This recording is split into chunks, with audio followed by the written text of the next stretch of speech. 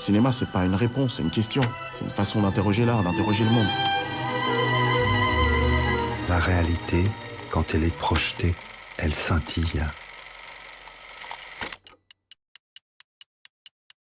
C'est l'envie très forte d'un territoire que je connaissais bien, en tout cas, dans lequel j'avais déjà fait 2 documentaires, et une envie très forte de genre, puisque moi j'ai toujours été fan de Buffy contre les vampires ou de Loup-garou, et je pense que ce territoire est tellement aussi magique que du coup j'avais envie de cette magie-là, du genre dans ce territoire-là. La fiction, je pense qu'elle ouvre des brèches dans le réel, et je pense que ce réel qui m'a tellement fascinée et que j'ai voulu filmer de manière documentaire, à un moment donné, je voulais aussi finalement lui donner quelque chose comme lui m'avait donné quelque chose. Et la fiction, d'un coup, me donnait l'espace pour l'imaginaire que j'avais pu déployer aussi.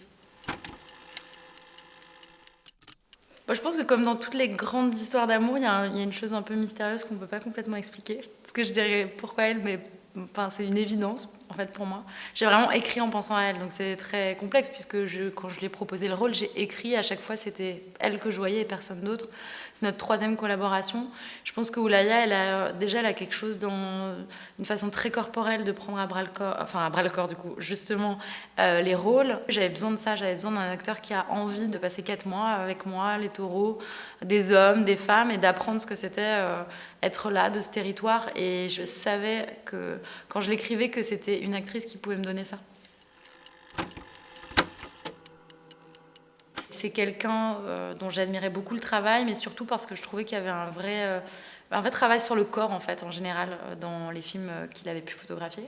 Et Ruben me posait toujours la question de où est-ce qu'on met le genre ? Où est le genre à ce moment-là ? Où est le genre dans cette scène ? Pour jamais être dans le documentaire, justement. Et en même temps, il y avait des choses qui se passaient comme un documentaire. C'est-à-dire qu'on ne peut pas les refaire 10 fois avec les bêtes.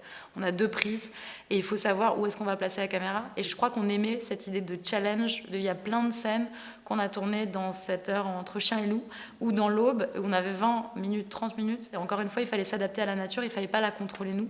Et je crois que ça, c'était une grande façon dont on a fait le découpage. Et c'était un espèce de contrôle et maîtrise et de dire à la nature qu'est-ce qu'elle va nous donner, comment nous on raconte cette histoire.